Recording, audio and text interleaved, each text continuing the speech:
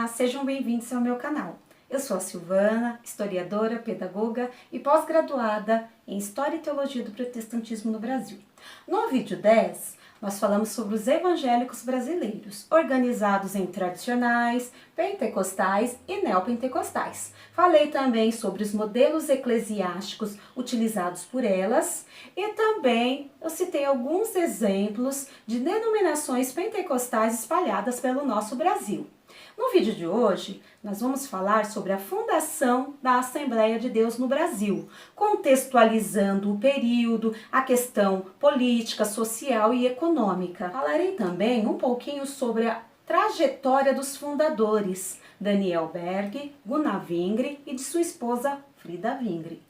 Mas antes, se inscreva no canal, deixe o seu like, ative o sininho, compartilhe com seus amigos. Fazendo isso, você vai ajudar na divulgação e no crescimento do canal. Vamos lá?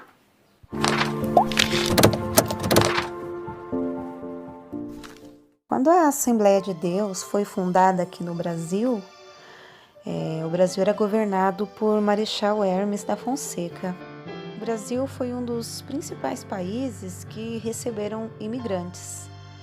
Imigrantes estes que buscavam oportunidade de trabalho e ascensão social.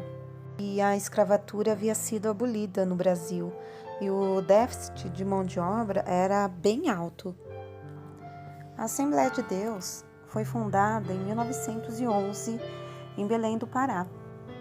E por conta do ciclo da borracha, a cidade sediava um maior número de residências de seringalistas, casas bancárias, entre outras instituições.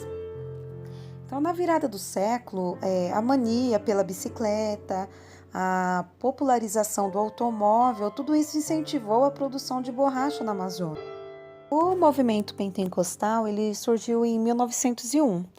Sua grande expansão nacional e mundial teve início lá na Rua Azusa, em Los Angeles, em 1906.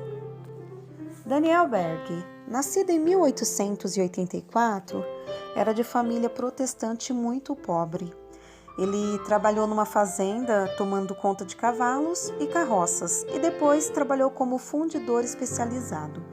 E aos 18 anos ele foi para a Inglaterra e depois para os Estados Unidos. Gunnar Vingre nasceu em 1879. Ele era filho de jardineiro, batista e desde a infância cresceu dentro dos ensinamentos bíblicos. Ele concluiu o curso primário aos 11 anos. Ele começou a trabalhar com seu pai na mesma profissão dele até os 19 anos. Foi batizado nas águas aos 18 anos e sucedeu seu pai como professor de escola dominical.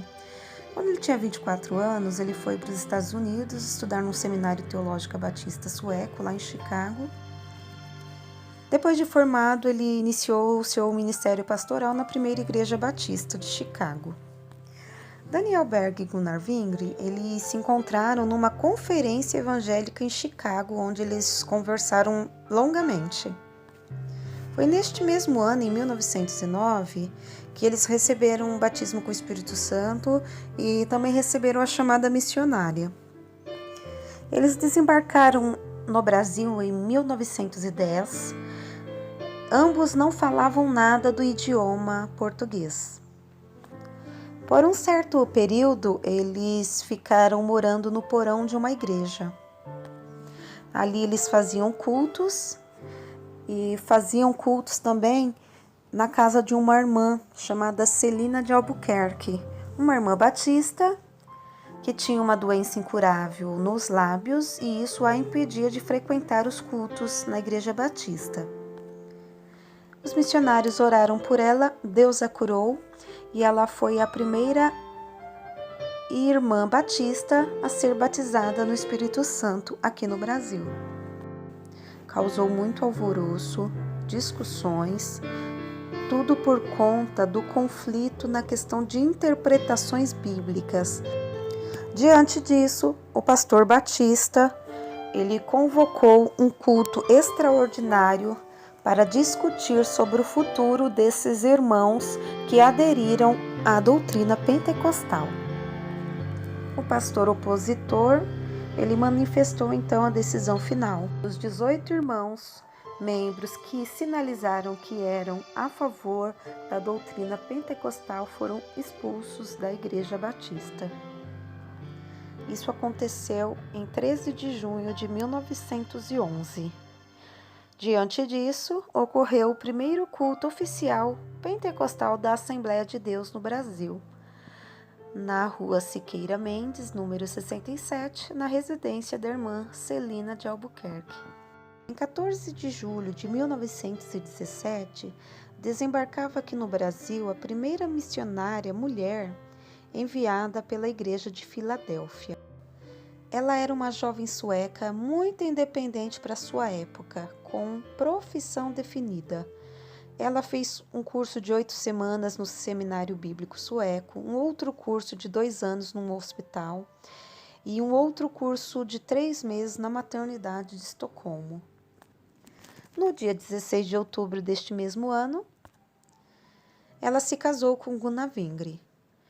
Nos primeiros anos, eles quem lideravam a igreja.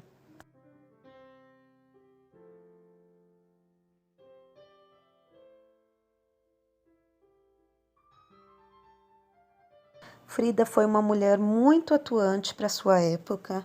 Dirigia culto, pregava, cantava, tocava, dirigiu jornais oficiais da igreja. Segundo registros e mesmo depoimento de Ivar, seu filho, por conta disso ela sofreu muita perseguição.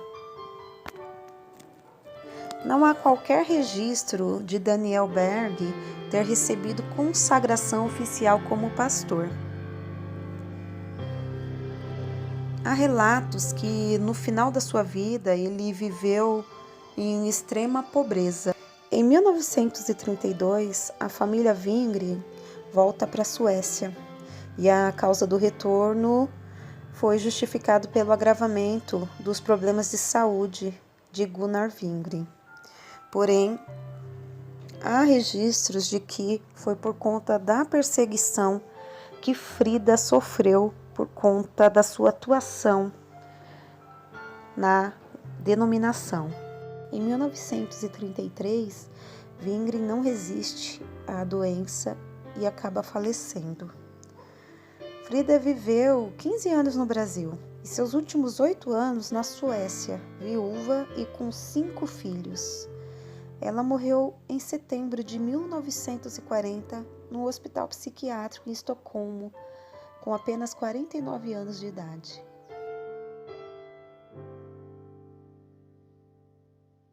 Temos muita história sobre a Assembleia de Deus no Brasil. Aguarde os próximos vídeos. Se você gostou do conteúdo deste vídeo, se inscreva no canal, deixe o seu like, ative o sininho e compartilhe com seus amigos. Até o próximo vídeo.